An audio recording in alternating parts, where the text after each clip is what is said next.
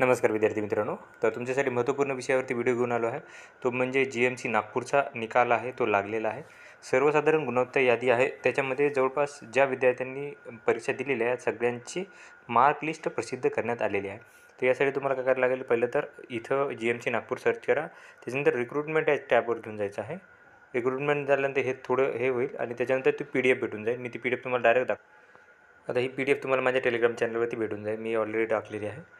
तर इथं ही यादी आहे बघा. इथे 28 तारखेची आजची लिस्ट आहे. त्याच्यामध्ये बघू शकता की 680 पदांकरिता जी पदं भरती झालेली आहे त्याचा निकाल हा प्रसिद्ध करण्यात आलेला आहे. तर इथं बघू शकता हे मार्क दिलेले त्यांनी.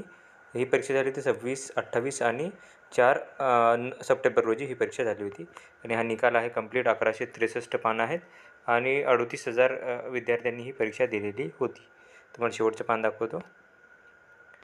हे 38,000